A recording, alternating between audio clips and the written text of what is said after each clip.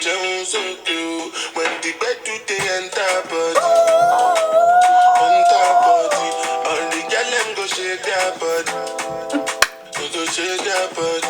Olúwa bọ́lá mo gbóná fẹ́lí, ṣé mo gbóná fẹ́lí? You no get money, you take up police. Me I dey love you, Connie. Hello everybody, all my beautiful people. Thank you for tuning in to another episode of WiseAïchaTalk.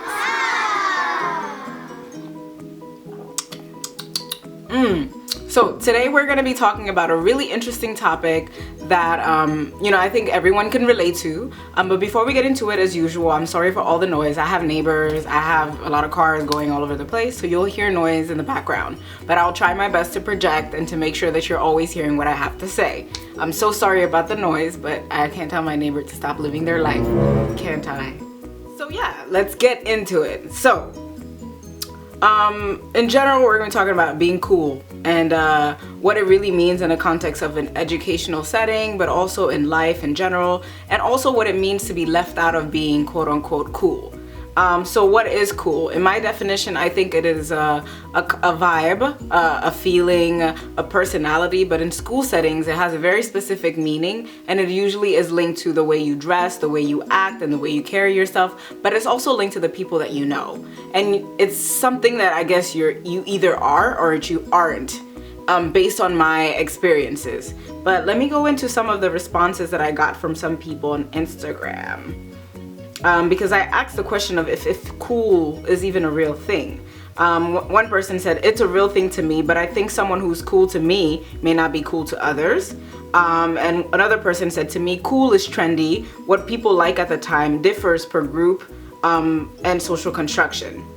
And then I got another thing about a response when I asked the question of like if anybody had ever been a part of felt left out of a group and feeling like they're not cool.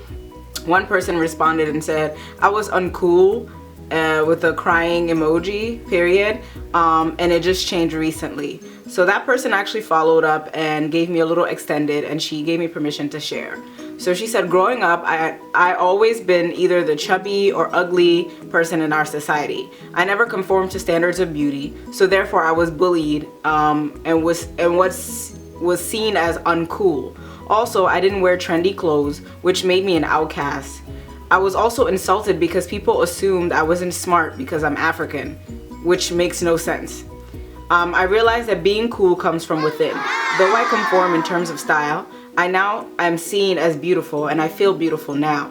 I'm smart, amazing. Being cool comes from self-love. And I think that really sums up most of the things that I wanted to say in this video. But I feel like I can relate to that experience as well, which is, I think being cool is a real thing. It's a vibe, it's a personality, but I also do agree with everyone and their responses that it is something that is subjective based on where you're coming from and what lens you're applying to a person or to an environment. And cool could be a vibe, a personality, like I said, or a sense of style, the way you present yourself or the way you carry yourself in a room. And it is real. In my experience at school and life, I've always been the person that's like cool adjacent.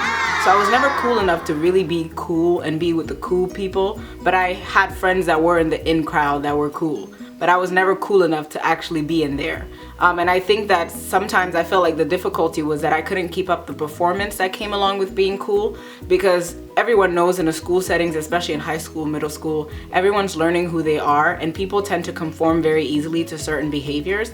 And I was always just doing my own thing, so I wasn't worried about fitting in. And I think the fact that I wasn't worried about fitting in, by definition, I thought I was cool, but based on the standards of my schools and where I wasn't considered cool, because I wasn't conforming to the style. I wasn't wearing the clothes that everybody else thought was cool, and frankly I couldn't afford it at the time. So I think that was my personal experience in school.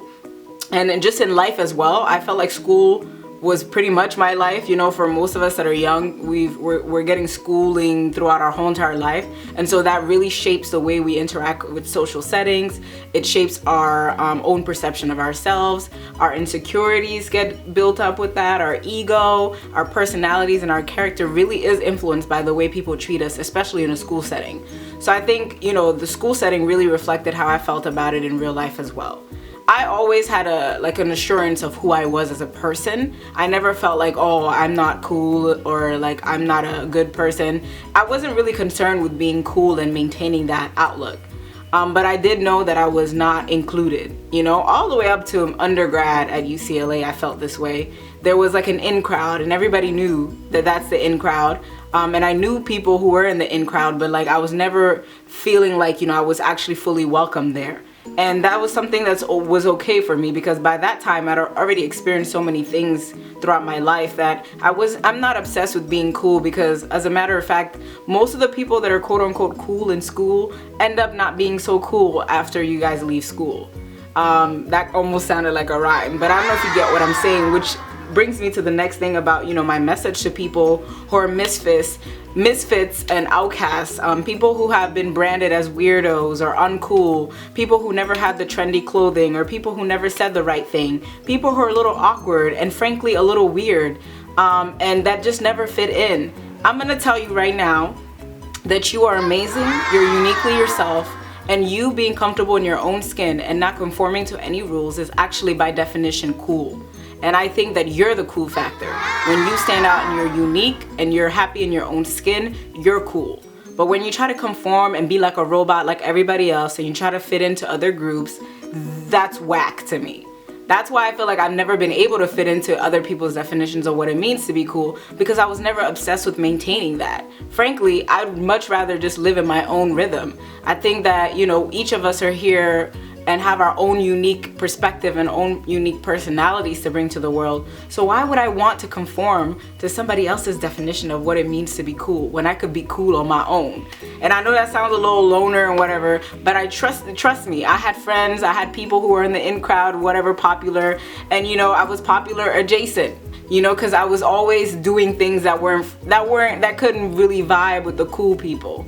And so my message to misfits, wherever you are, the weirdos, wherever you are, the uncool people who don't have the trendy clothes, I'm telling you that your day is coming, that you are in fact the cool one. You are in fact dope because you're different, and that so many things are gonna come up in the future that are gonna like continue to inform you and the way that you choose to go around in the world. I promise you that you'll get reassurance that you're in fact a really awesome person, and it's really subjective because you might be in a circle where you are the cool person. And I also want to say, it doesn't even matter what other people think if you're cool or not. Sure, cool factor is something that could be used as capital to navigate a network to get opportunities. I'm not gonna lie. If people think you're cool, they're gonna want to hang out with you, which leads you to have more opportunities and resources to do the things that you want to do. But at the same time, you could be yourself genuinely and still have that network and connect with people on a genuine level, instead of it being superficial about how you look and how you just are. So I just want to say that to all of you, and I want to thank you for tuning in to another episode of WiseAïchaTalks. That was my message, and I'll see you next time.